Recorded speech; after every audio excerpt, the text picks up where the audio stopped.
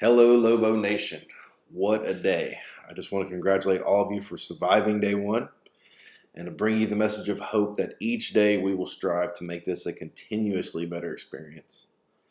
I know that some of you experienced great trials and tribulations today working through your courses, and I just want to say how proud I am of the students and the parents that you all persevered.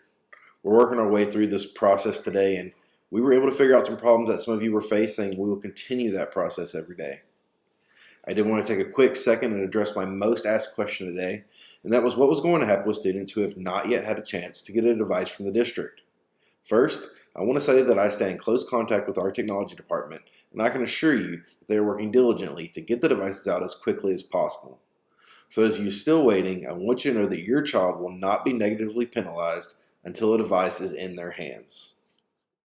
The next most asked question really just dealt with clarification on how much time a student should be spending each day dealing with the classes. And so I made this up and sent it out to a couple of parents, but I wanted to share it with everyone.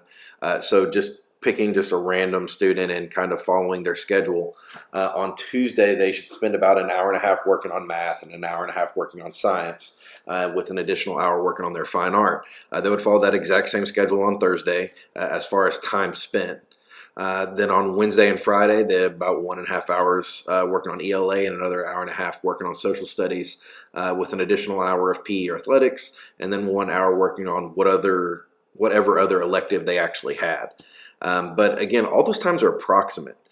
These lessons were designed so that a student should have no problem completing them within the time limit set. They may finish much earlier. And also, this schedule is just a suggestion. If on Tuesday they're able to fly through all the work they need to do for those subjects and they want to go ahead and knock out their PE or athletics, they can do that. All the lessons for the entire week will be there at the beginning of the week.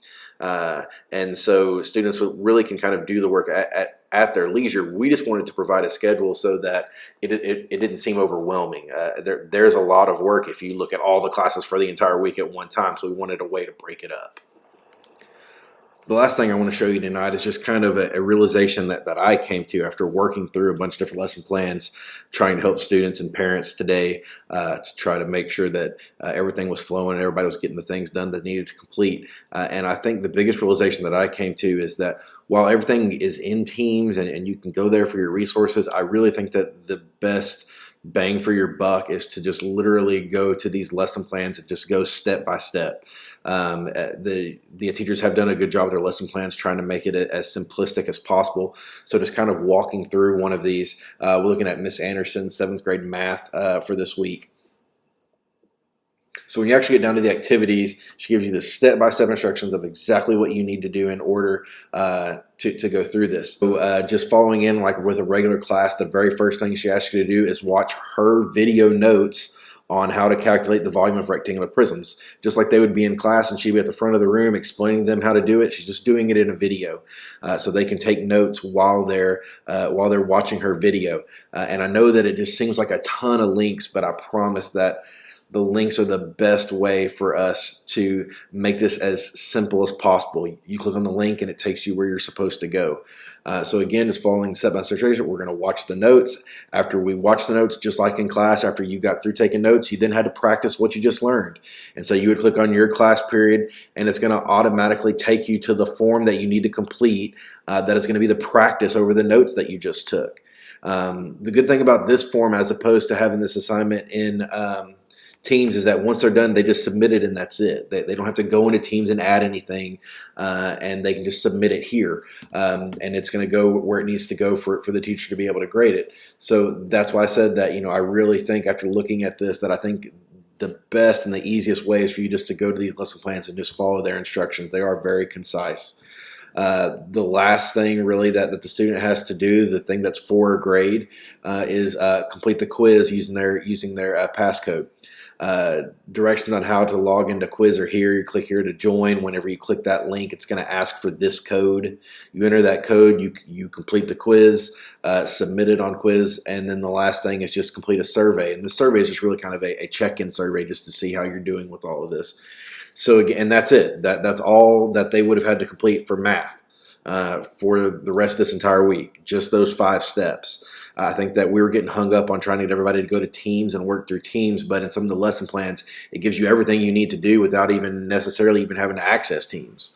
And so I think that if you stick with the lesson plans, I think that you're going to find yourself being a lot more efficient working your way through the class. I don't want you to think that I'm telling you that you shouldn't be using Teams and you shouldn't be accessing it. Teams is great, and I do want to keep pushing you towards Teams because yes, it's a great place for you to find all the information, for teachers to post things, for kids to submit assignments. But the greatest value of Teams for us right now, and something that I saw over and over again today, was the great communication that was happening between the teacher and the student, and Teams really helps facilitate that. Whether it's a student simply asking questions and then having the teacher be able to respond back to them through text, or setting up a video chat and really helping a kid specifically one-on-one, looking them in the eye and telling them, look, this is kind of what you're doing wrong and here's how to fix it and things like that. Or even, hey, this link's not working. Okay, I'll fix it real quick so that it'll work right. We're dealing with a lot of teachers and a lot of classes and a lot of links and a lot of different technology things, and we're working our way through it too. So I don't want you to think that I'm saying Teams is bad. Teams is not bad. Teams is great. It's doing a lot of great things for us. But I think as far as completing the classes are concerned, I think you're going to see a lot more utility working step by step through the lesson plan than trying to find and access everything in Teams that way. I think that they just kind of complement each other. So I would just focus on the lesson plan if it were me working with my child. That really is it for tonight. If there is something that you really want me to cover that I have not covered yet, just put it in the comments of this video on YouTube, and I'll make sure that on the next video that I cover whatever concerns you're still having, whatever problems you're still having. I'll work through that and try to answer any questions that anybody has.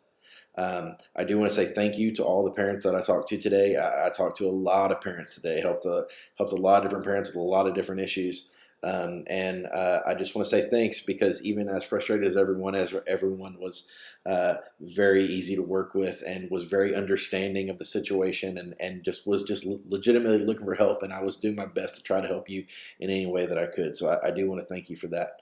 That is it for tonight. Everyone have a great day, and remember, tomorrow will be better, and the day after that will be better than that. Thanks, everybody. Stay safe.